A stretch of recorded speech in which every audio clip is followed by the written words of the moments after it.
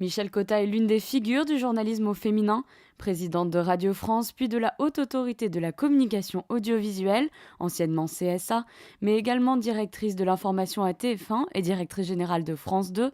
Elle a su s'imposer à des postes bien souvent réservés aux hommes. Invitée par le Monaco Press Club mardi matin, elle revient sur la place de la femme face au pouvoir. Je pense que c'est plus difficile de diriger quand on est une femme, parce que au fond, moi j'ai eu quand même dans ma vie beaucoup de patrons qui ont pris des colères, qui ont cassé des crayons, envoyé les crayons à la tête de leur secrétaire. Et au fond, on disait, oh, il a mauvais caractère. Si une femme fait ça, elle est hystérique. Voilà. Donc en plus c'est plus difficile, elle ne peut pas s'en sortir avec le charme, ça il ne faut pas. Elle ne peut pas s'en sortir avec une autorité criarde, parce que ça c'est ce qu'il y a de pire.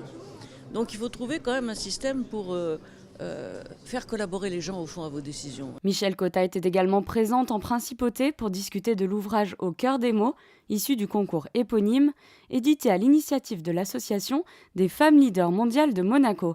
Ces contes, écrits par des enfants de 20 pays francophones, ont pour thème la notion d'égalité homme-femme. On leur a dit, faites un conte où il y a l'égalité entre la femme, les animaux, la femme, les hommes, les animaux, la nature. Et ils ont eu des trésors d'imagination pour faire des contes. Et je crois que ça a introduit entre beaucoup de discussions, est-ce que la femme est l'égale de l'homme? Non, la femme, elle n'est pas exactement l'égale de l'homme, mais enfin, le cerveau de la femme n'est pas formidablement différent de celui de l'homme, c'est ce qu'on peut dire. Donc ils ont parlé, y compris dans des endroits où, en principe, les interdits religieux font que les femmes ne sont pas l'égale de l'homme.